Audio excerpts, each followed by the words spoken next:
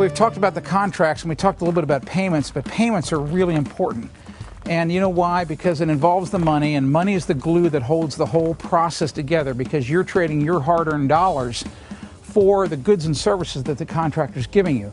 And even though you're going to hire a pro, you still have to make sure that you're protected, because things can go awry, things can happen, and you can get into trouble pretty quickly when it comes to money.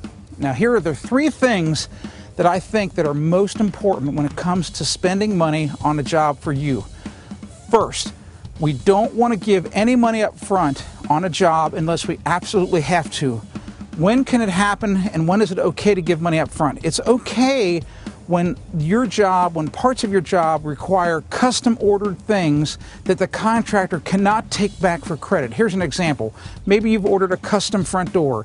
Maybe you're getting custom kitchen cabinets for your job.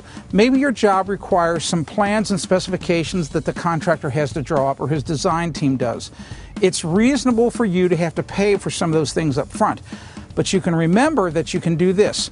You can actually determine from the, say, cabinet company, the lumber company, the window company, exactly what that deposit is. And if you don't want to pay the contractor, you might be able to agree to pay that money directly to the window company, the cabinet company, whatever, to give you even more protection. Number two, you're going to make periodic payments.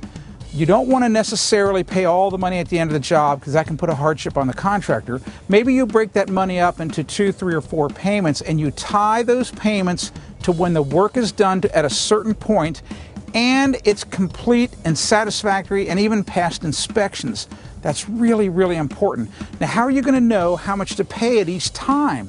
That's really important to know, and that's exactly what this checklist is all about.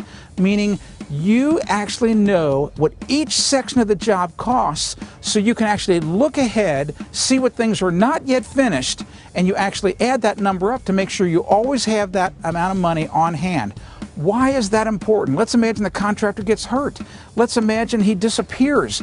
You can see why you have to have enough money in your possession at all times to complete the job.